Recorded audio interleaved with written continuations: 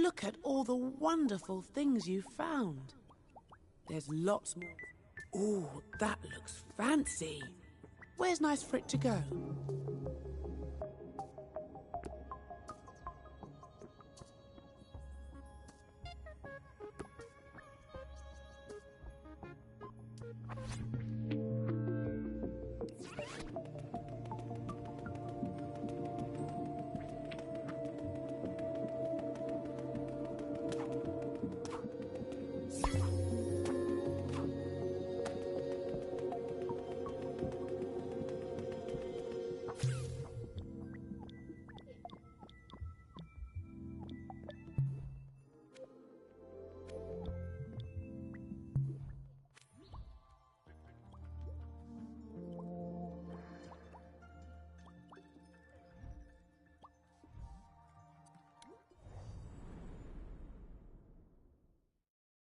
Look at you with your fancy motion controllers. Looks like you're ready to start wielding them like a first-class dream shaper. Make sure you follow the steps carefully if you want to get the most out of this tutorial. It's not just about getting to the end, it's the journey that counts. Shortly, you'll be in edit mode, creating and editing your own scenes. First, I'm going to show you how to move around a scene.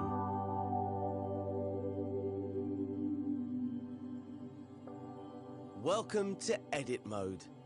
You can see that we're in edit mode because the assembly mode icon is in the top left of the screen. If you ever need to remind yourself of the controls, select that icon with the X button on your primary controller for a reminder. And select it again to hide the controls. To give you something to do, I've hidden a puppet somewhere in this scene, which we'll need in later tutorials. I've left some clues to help you find it.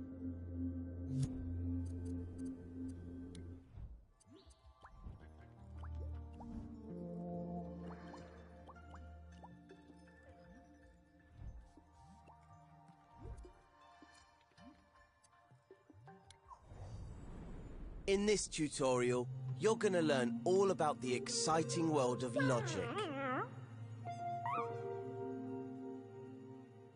Pay no attention to Cuthbert. It's not as complicated as it sounds. I promise. Let's check out the scene. See the buttons on the platforms in front of our good friend Connie? They activate the bridges that will take her to the next platform. At least that's what they're supposed to do. To get them working, you'll need to connect them to the gadgets that control them. You can't see gadgets when you're in play mode, but they let you do all sorts of useful things in edit mode. You can tell gadgets apart by their color and icons. Green gadgets are sensors and inputs. This one is what we call a trigger zone. It's one of the more versatile gadgets. It can trigger other gadgets when it detects something in the scene. Like in this case, Connie standing on the button. Hi, Connie. If you select the gadget with X, you'll be able to see its detection zone. That's it, right there above the button. Press the circle button to deselect the trigger zone, and let's look at the next gadget. Red gadgets are movers and outputs, meaning they make things happen in the scene. This particular gadget is a rotator, and it's connected to the first bridge. Click R3 to start time, and let's see what it does. Well, not a lot right now by the looks of it. That's because the rotator is switched off. You can tell because the gadget is dim at the moment. But if we connect these two gadgets together, we can turn the rotator on using the trigger zone. In the next step, I'll show you how.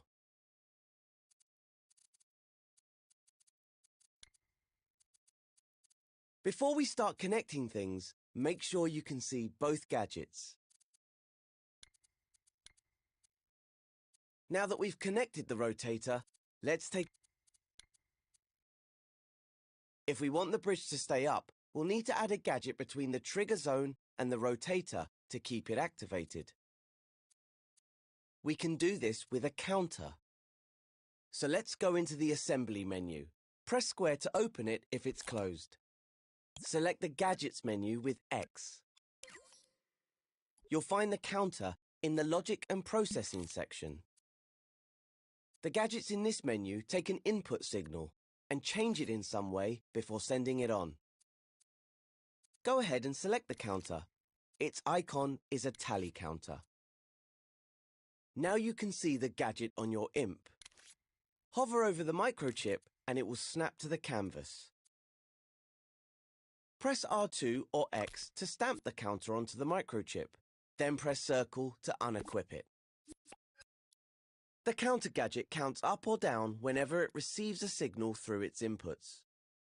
By default, it starts its count at 0 and has a target of 1. Once it reaches that target, it sends a constant signal through its counter-full output port. Before we connect it though, let's tidy up the wires connecting the trigger zone to the rotators. Just hover over them and press triangle to delete them. Now press R2 or X over the detected output of the trigger zone to create a new wire. Connect it to the increase count input port on the counter. That's the port with the plus sign icon. Now when the trigger zone is activated, the counter will go up to 1. And, this is the important part, it will stay at 1 even after the trigger zone deactivates. Now hover over the counter-full output port of the counter. This port sends a signal when the counter reaches its target. Create a wire with R2 or X and connect it to one of the rotator's power ports. Then do the same for the other one. Time to switch to play mode and try out our new connections.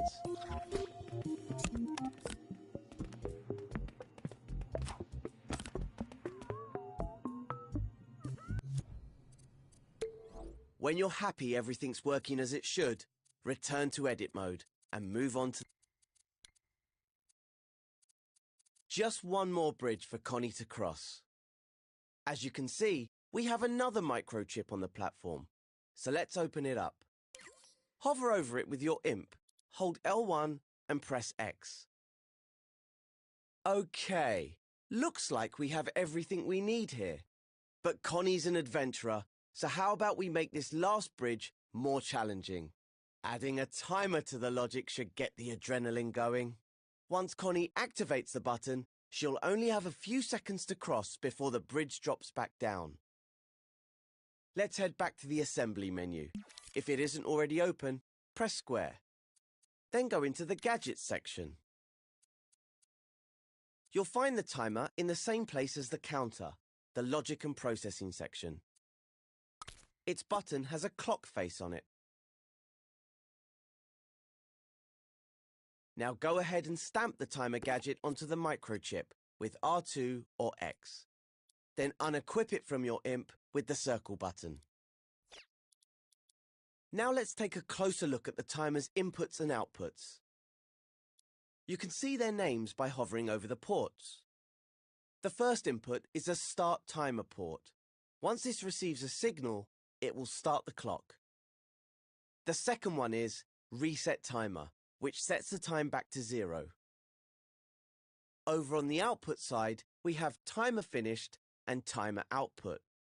Timer finished sends a signal when the timer reaches the required number. It's set to 5 seconds by default. Timer output is a little more sophisticated. The signal it sends represents the timer's current progress. If, let's say, it's only halfway to its target, the signal it sends will be half strength. So how do we connect this so the bridge only stays up for a few seconds? Well, we need the bridge to be raised while the timer is running. So create a wire on the timer output with R2 or X. Remember how we used the counter on the previous platform? We can use one here too. Just like before, connect the wire to the counter's increase count input. Then connect the counter full output to the rotator's power port. Time to see if it works. Click R3 to test it out. As you can see, since the timer isn't connected to a trigger yet, the clock starts ticking as soon as we play the scene. The bridge goes up, but doesn't drop down when the timer finishes. That can only mean one thing. There's a problem with the logic. If you'd like to figure it out for yourself, feel free to check the gadgets and see what's wrong. Or move on to the next step and we'll go through it together.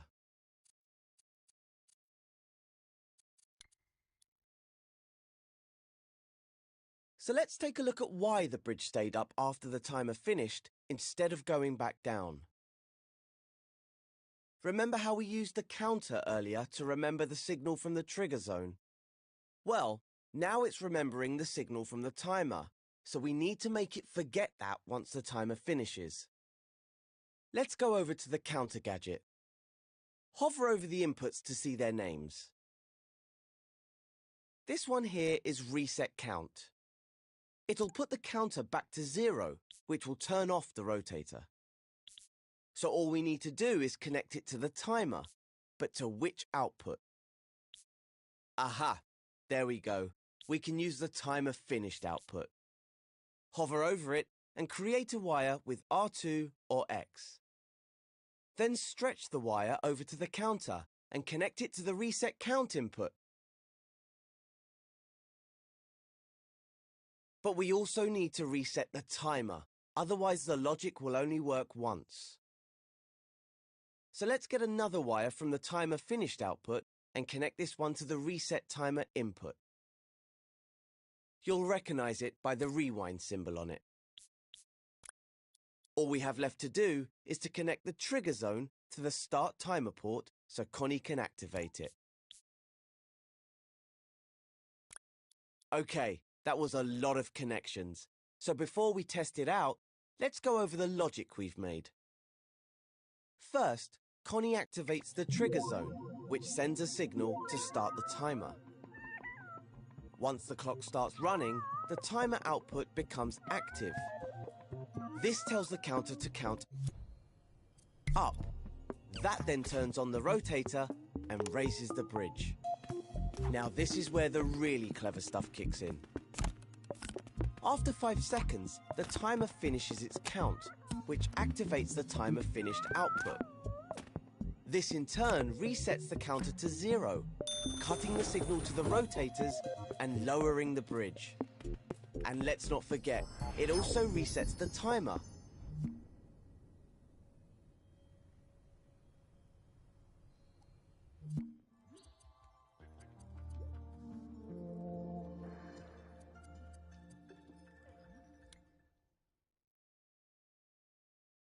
So let's take a look at why the bridge stayed up after the timer finished instead of going back down.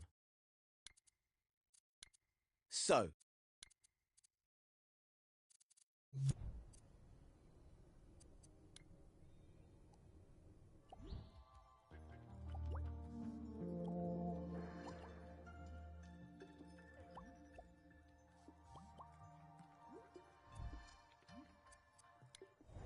in this tutorial, you'll use logic to make health go up and go down. Oh, Cuthbert. Let's start by going into play mode. See if you can get Connie across that first gap. Oops. Sorry, Connie. I forgot to fix that. Don't worry, though. Even after falling such a long way, Connie's just fine. There's only one problem. There's no way for her to get back up. What we need is for Connie to respawn on a platform if she falls. So that's going to be our next job. First, switch back to edit mode. Remember to rewind time with L3 as we always do after play mode. In order to make Connie respawn, we're going to use a health modifier gadget. We'll use it to make the floor around the platforms lethal. Health modifiers can damage or heal anything that has a health manager. And, as luck would have it, Connie has one built into her logic. Go to the Assembly menu. Open it with the square button if it's closed. Select the Gadgets menu, the one with the 3 connected squares. You'll find the health modifier in the Movers and Output section, which is represented by a box with an arrow. Now select the button that has a clockwork heart on it. Your imp will now be equipped with a health modifier gadget. Stamp it somewhere central, near the floor, using R2 or X. Then unequip the gadget with Circle.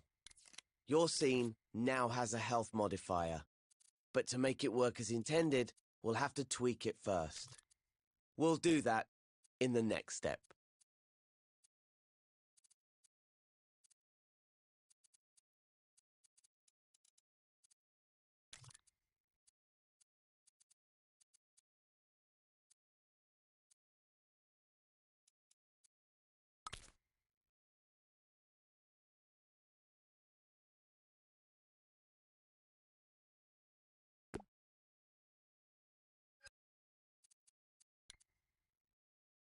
Let's go ahead and open the Health Modifiers Tweak menu.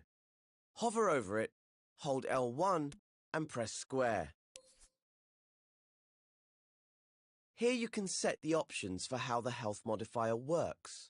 That includes how much health is modified, which is shown in the first slider. Right now, it's set to -100. This means it will take 100 health points away from anything it affects. Just enough to make Connie respawn. The modifier mode is set to per hit, so 100 health points will be taken away when anything touches it. But since we want the area around the platforms to be lethal, we need to set the modifier type to zone. Select the zone icon with X now, then go to the Zone Properties tab so we can change its size and shape. The icon is at the top of the menu and looks like a box in a zone. Look for the Zone Shape section of the menu, then select the cube. You can use the zone sliders to make the zone bigger. Be careful not to make it too tall. The respawn zone should be level with the pink lines around the platforms. If you need to, move the health modifier gadget nearer to the floor.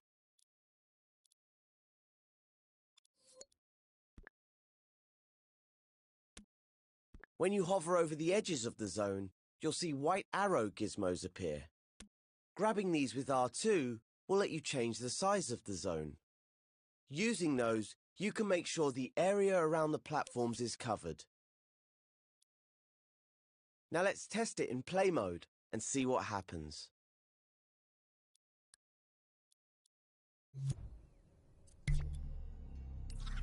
Perfect. If Connie falls off now, she'll just respawn back on the platform. Before we move on, maybe we should do something about this booby-trapped bridge. Switch back to edit mode and rewind time with L3. There. See what's causing it? It's that trigger zone. When Connie activates it, the bridge collapses and there's no way across. If you've finished the first logic tutorial, you'll know that the counter is being used to remember the trigger zone has been activated. If you follow the wires, you'll see there's one connected to each block. These red dots on the blocks are not gadgets.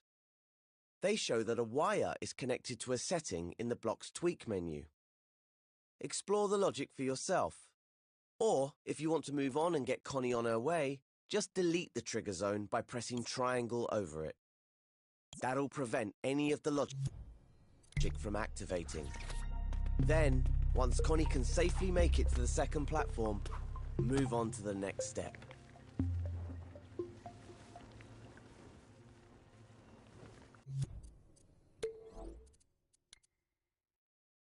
Now's probably a good time to show you how to add checkpoints.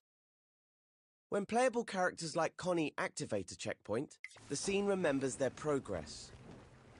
So when they respawn, they'll appear at the last checkpoint instead of starting off at the beginning. Go to the Assembly menu, then the Gadgets menu. If the last section you used is still open, close it by pressing circle over it. Expand the Gameplay Gear section with X, then select the checkpoint. It's the one that looks like a location marker. There. Now your imp is equipped with a checkpoint gadget. The direction of a checkpoint determines which way a character will face when it respawns. So make sure the front of the gadget, the side with the black outline, is facing the direction you want Connie to face. Remove the gadget from your imp with the circle button, then open the Checkpoints Tweak menu. Checkpoints use a detection zone, just like health modifiers. So select the Zone Size tab from the menu. This is set to a sphere by default, but to make sure it can't be missed, let's change it to a cube. You can use the zone size sliders to make the checkpoint cover the width of the platform. Above the gadget, you'll see a white Move gizmo. Grab it with R2 to put the activation zone where you want it. Just make sure Connie can't miss it. The white handle shows the direction Connie will face when she respawns. Check that it's pointing the right way. Grab it with R2 if you need to adjust it. Let's close that tweak menu with L1 and circle. Now try it out in play mode to see if the checkpoint remembers your progress. Sorry, Connie. We're gonna have to respawn you again. But it's all in the name of science, I promise.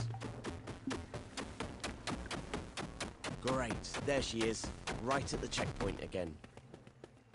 When you're ready, go back to edit mode, rewind time, and move on to the next step.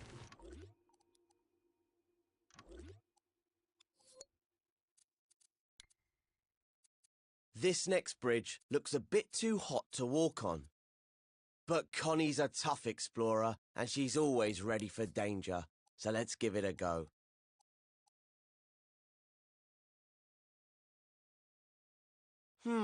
Okay. That block's too big for Connie to jump over. Better get her back to safety before it's too late. Let's switch back to edit mode and see how the bridge is damaging Connie. Move closer to the bridge and keep an eye out for any gadgets attached to it. Ah, there's one. A clockwork heart icon, so it's another health modifier. It looks like, instead of using a zone, this one is attached to the bridge. So whenever Connie walks on it, she loses health. If only that block wasn't in the way, she could make it across. But what if the block itself could lose health? We could give it a health manager of its own and see how that works out. Go to the Assembly menu, then open the Gadgets menu. You may need to close the Gameplay Gear section if you opened it earlier. Then you can expand the Movers and Output section. Look for a heart icon, not the clockwork heart this time. Select it with X to give your imp a health manager gadget. Stamp one near the block with R2 or X, then press circle to unequip it from your imp. To make the health manager affect the block, we'll need to attach it. The easiest way to attach gadgets to objects is to use what we call Surface Snap. Grab the health manager with R2 and hold it over the block. All you have to do to activate Surface Snap is hold L1 while your imp holds the gadget. This makes it hug the surface of any object you hover over. Now release R2 to attach the gadget to the block. You can also let go of L1 to stop using Surface Snap. In the next step, I'll show you how to tweak this health manager. Now that we've given the block health, let's take a closer look at it. Hover over the health manager, hold L1, and press square to open its tweak menu. The sliders here define the block's maximum and current health. Click R3 to play time, and you'll see the health starts to go down. That's because the bridge's health modifier is damaging it. But you'll notice it's going down much slower than Connie's health was when she was on the bridge. The reason for that is this health manager has a 1-second cooldown. So whenever the block takes damage, it's invulnerable for 1 second after that. Grab the cooldown slider with X and pull it to the left with your imp. So what happens when it reaches 0? Not a lot right now. But we can deal with that in the next step. For now, feel free to experiment with the health. An object doesn't automatically get destroyed when it runs out of health, so we need to do a bit more work before we can get rid of that block. Let's take a closer look at its health manager. If its tweak menu is still open, close that first with L1 and circle. See the output ports on its right edge. Hover over the one at the bottom, the one that has a heart with a cross over it. This is the no health output, which sends a signal when the health manager is depleted. It can be used to trigger any number of things, but right now, we're going to use it to destroy the block. Go to the assembly menu and take a look in the gadgets section. It may still be open from earlier, when you selected the health manager. Look for a skull icon on a button in the Movers and Output section and select it with X. This is the Destroyer gadget. It destroys whatever it's attached to. To attach it to the block, we can use Surface Snap. So hover the Destroyer over the block, hold L1 to make it Surface Snap, and press R2 or X to stamp it. Now you can unequip the Destroyer gadget with Circle. Okay, before we connect it up, let's just see if it works by clicking R3. Oh, it works all right. When time is running, the Destroyer activates and destroys the block. Rewind time with L3 to bring it back. We don't want the Destroyer to activate until the block's health has run out. To do that, we'll need to connect the no health output port to the Destroyer's power. So hover your imp over the health manager's no health output port and press R2 or X to create a wire. This will make power ports appear on the gadgets in the scene. Stretch the wire over to the Destroyer and connect it to the power port with R2 or X. Great! Time to test it again with R3 and see what happens. When the block's health runs out, it will get destroyed, leaving the path clear for Connie. But how do we know how much health the block has left? We could always look at its tweak menu, but you can't see that in play mode. So click L3 to rewind time, and I'll show you how to display health in the next step. Look at its tweak menu, but you can't see. If the health manager's tweak menu isn't open already, open it now with L1 and square. When you hover over the menu sliders and buttons, you'll see ports popping out of the side. These work just like the ones on the outside of the gadget, but there are a lot more of them. And you might also have noticed that there's another gadget stamped on the side of the block. That's a number displayer. If we connect a wire from the current health output to the number displayer's input port, we'll be able to see the block's health count down in play mode. So let's go ahead and do that. Hover over the current health slider's output port. Then press R2 or X to create a wire and stretch it to the number displayer. Once you've connected it to its input with R2 or X, you can switch over to play mode and test out the whole scene so far. Excellent. Now we can see the block taking damage until it's destroyed. Once you can get Connie to the next platform, switch back to edit mode and move on to the next step.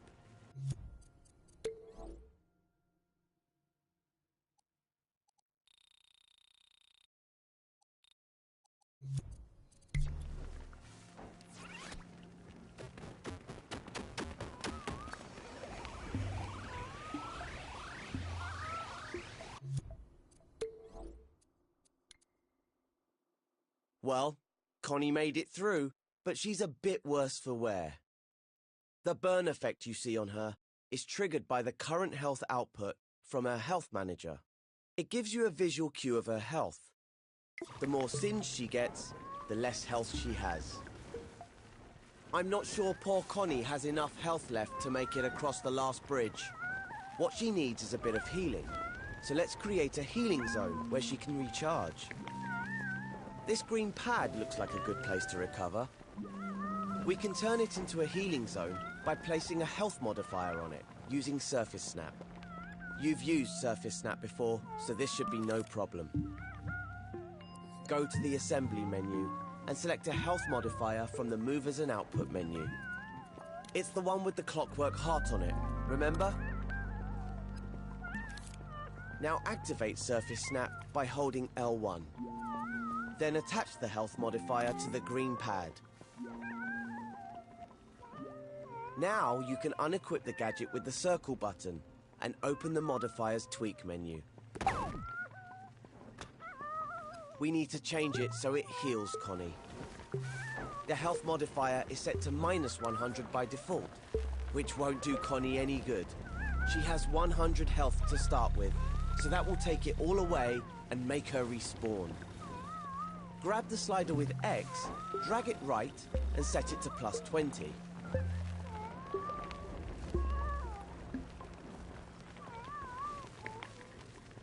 We want the healing zone to heal Connie while she's standing on it, so you also need to set the modifier mode to continuous. You can leave the modifier type as impact, since you've snapped the health modifier to the platform. And that's all there is to it. Close the tweak menu with L1 and circle, and give it a try in play mode. Alright, that should give Connie the health boost she needs to cross that final bridge. Oh, she's been through a lot today, so take her through the door to end this tutorial.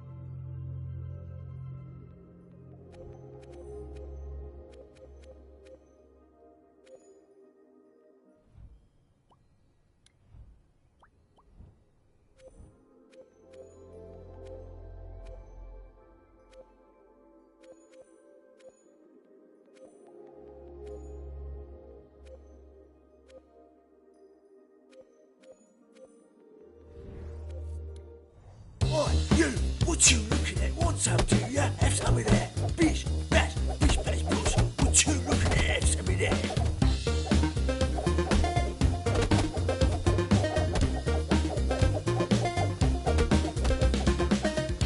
You, what you looking at? What's up, do you? Have some of that. Bish, bash, bush. What you looking at? Have some of that.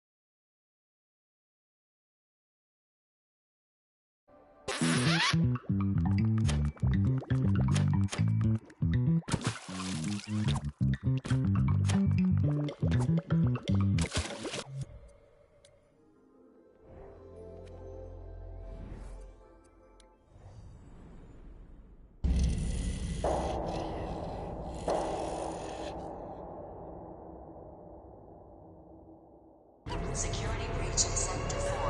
All personnel evacuate immediately. This is not a simulation.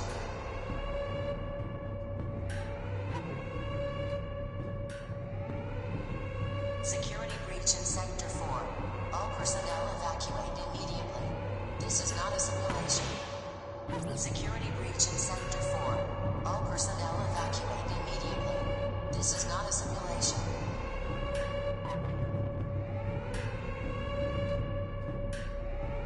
Security breach in Sector 4. All personnel evacuate immediately.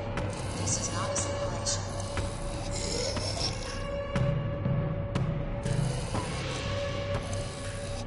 Security breach in Sector 4. All personnel evacuate immediately. This is not a simulation.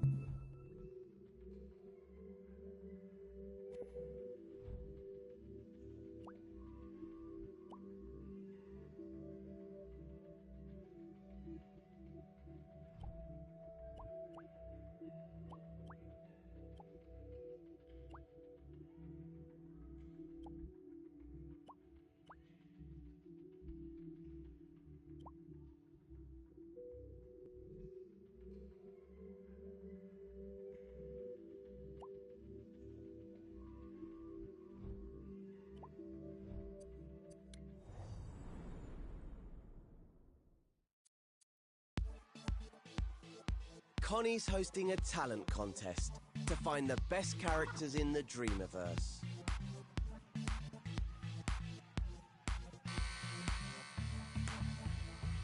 But she's a no-nonsense judge, and none of these candidates are up to scratch.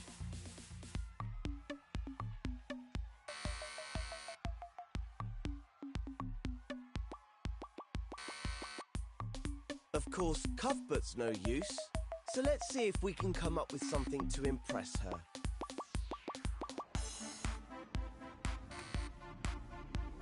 Head into the dressing room, also known as edit mode, to get started.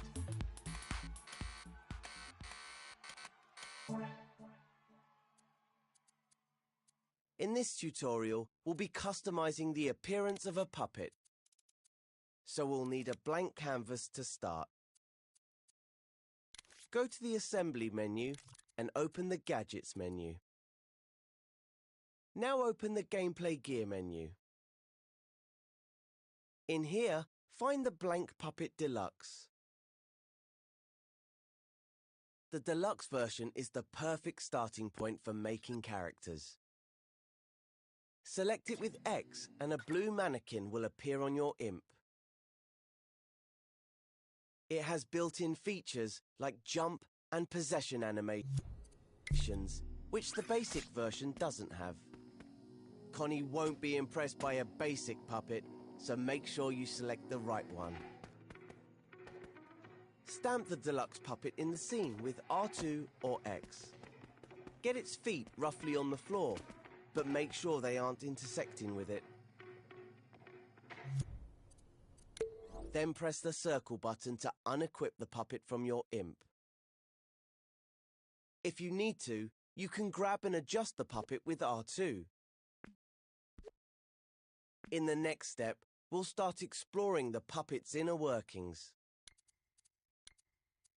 The puppet might look simple, but it's quite a complex gadget. So let's get to know it a little better. It's made up of many objects that have been grouped together. And just like any other group, it can be scoped into. Hover over the puppet with your imp, press and hold L1, and then press X to scope in. Below the puppet, you will now see its base and its logic microchip. If they're obscured by the floor, you may need to scope out and adjust your puppet's position. The puppet's body is made of sculptures, joined together with connectors. When scoped in, we can grab parts of the puppet to change its pose. Before we do that, find the button called Puppet Mirror in the context menu. Select this button with X, and your puppet will stay symmetrical when you pose it. Of course, you don't have to make it symmetrical, but it's a good way to start. You can always add nuance later. When you move a part of the puppet, all the parts connected to it will also move.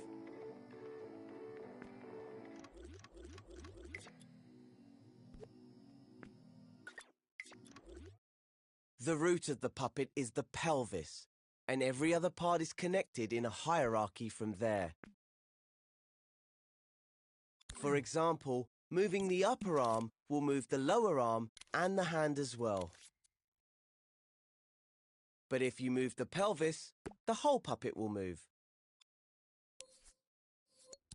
Its feet will try to stay in contact with the floor. So if you lower the pelvis, the puppet's knees will bend. You can also rotate parts by grabbing them with L2. Use R2 and L2 to create a new pose for the puppet. Changing the pose can be a great starting point for a character.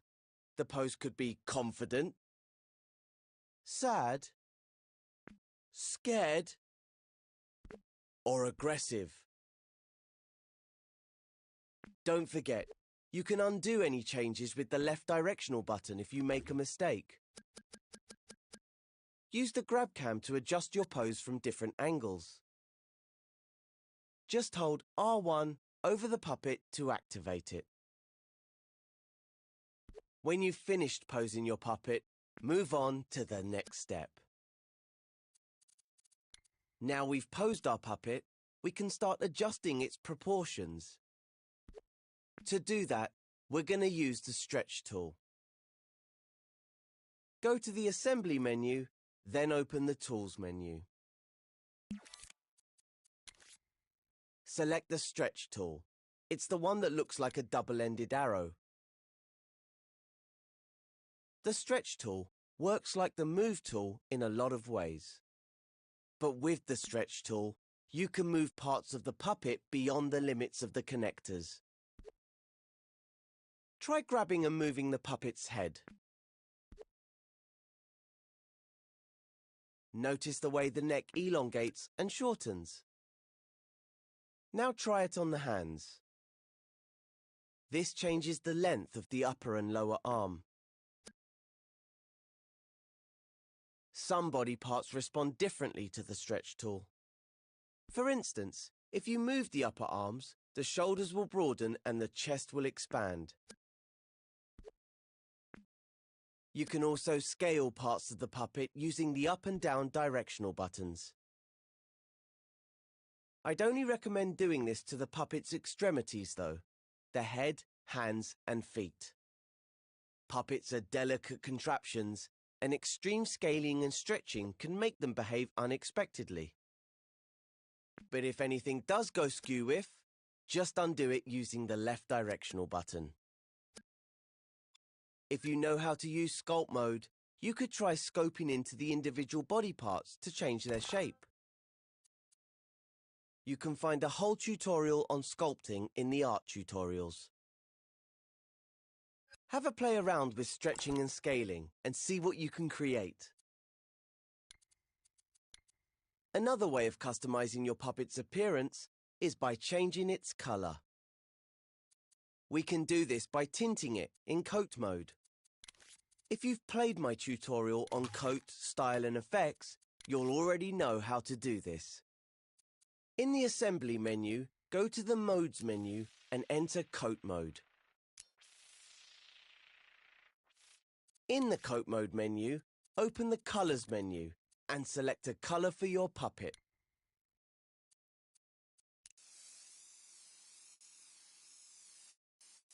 Now hover over your puppet and hold R2 to tint it with your selected color.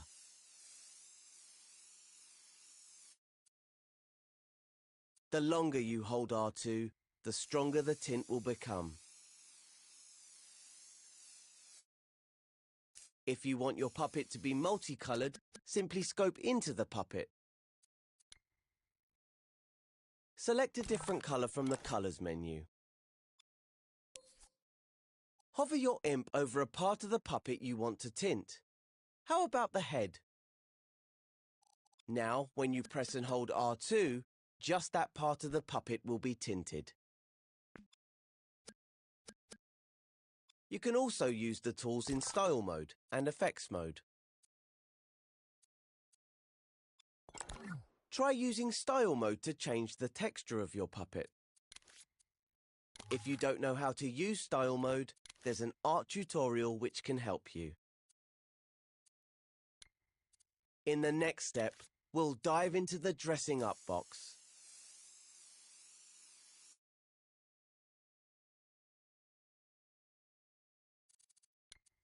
One of the simplest ways to customize a puppet is by adding accessories. But to make sure they move with the puppet, we need to group them with a body part. Before we do that, it's important to fully understand the concept of scoping in and out of groups and objects. If you've played part 4 of the Start Dreaming tutorials, then you'll already know a thing or two about using groups. Objects in dreams are often combined into groups, which can be treated like a single object in assembly mode. Groups themselves can also be grouped. This means that you can have groups nested inside other groups. Let's try scoping in and out of something else before we invade the puppet's personal space. Over there on the floor is a hat box. Make sure you're in edit mode. Now try taking the lid off the hat box. The whole box will move because the lid, the box, and its contents have been grouped. Undo the move with the left directional button to put it back in its place. Now scope into the group. Hover over the hat box, press and hold L1 and press X. Everything but the box should go grey and blurry. If not, make sure your visual feedback preference is set to all. This shows that you've scoped into the group and can edit its contents. Now, you should be able to take the lid off the hat box. Inside is another hat box. Try taking the lid off this one. I think you can guess what will happen. This smaller hat box is also grouped with its lid and contents. Remove the smaller box and place it next to the large one. Now scope into this group by holding L1 and pressing X over the smaller hat box. The original hat box will go grey and blurry as we've scoped into a subgroup. Now you should be able to open the smaller hat box. What's inside? A lovely hat. Take it out and place it next to the smaller box. When you've done that, proceed to the next step.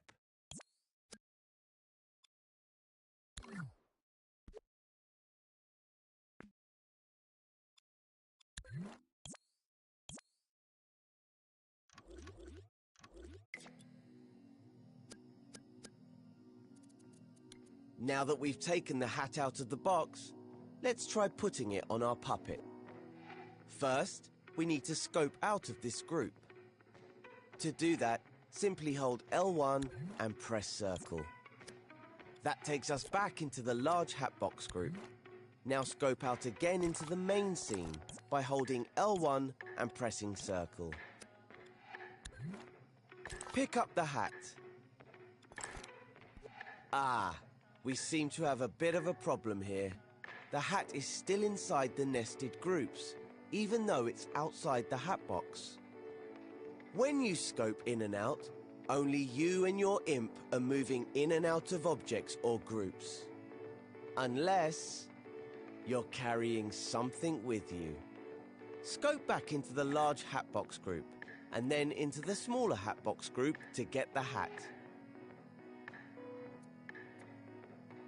Now grab and hold the hat with R2, and scope out of both groups with L1 and circle while holding the hat. If you've done it correctly, you should be back in the main scene. With a hat you can now move independently of the boxes.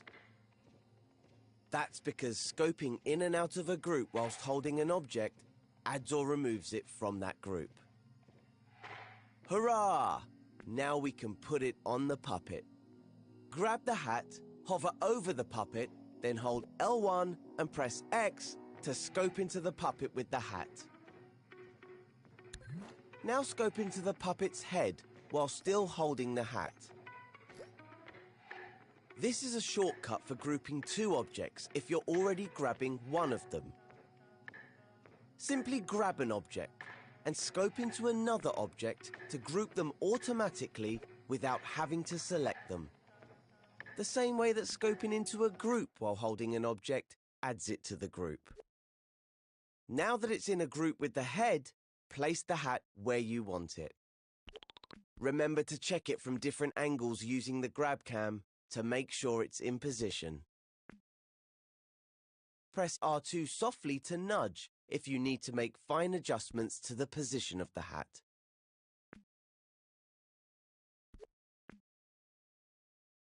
Before you move on, you should try out the puppet to see it walk around with its new accessory. Switch to play mode, possess it with R2, and take it for a wander. Nice. When you're ready to Continue, go back to edit mode. Going to play mode and back to edit mode will scope you out of any groups. Remember to rewind time with L3 to get your puppet back in position. Then go to the next step. Okay, let's add some more accessories before our puppet's stage debut. Open the assembly menu and select Search, the button with the magnifying glass, to search for an element. Usually, you'd be in the Dreamiverse here, but for this tutorial, I've kept things simple and curated a collection of elements for you to use.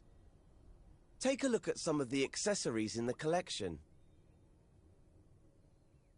Select one you like with X. You'll now have your chosen accessory on your imp. Don't stamp it down yet though. First we need to scope into the puppet. You can do this even when you have an element from the Dreamiverse on your imp.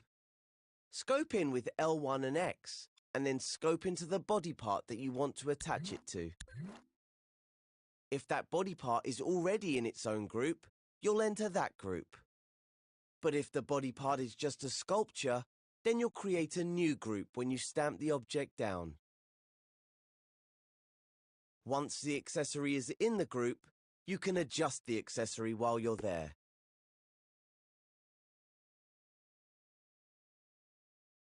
Try adding some more accessories from the collection.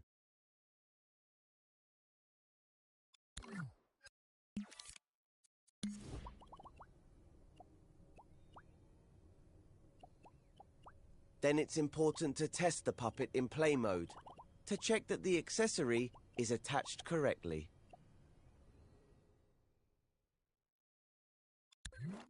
Here's another very important tip. If you ever want to remove an accessory, whatever you do, don't ungroup the body part. If you do that, you'll delete that group's connection to the puppet. And without the connector, your puppet's limbs will start falling off when you go into play mode. And nobody wants that. Instead, scope into the group containing the body part and the accessory. Then either delete the accessory or grab it and scope out. If there's only one object left in the group, it'll automatically ungroup, and the connector will remain safely connected to the remaining object. Play around with the things you've learned in this tutorial and have fun making a character. When you're happy, select the star podium from the tutorial collection and stamp it down in the outline that we've put in the scene for you. Then head back into play mode, jump onto the podium and see what Connie thinks of your creation.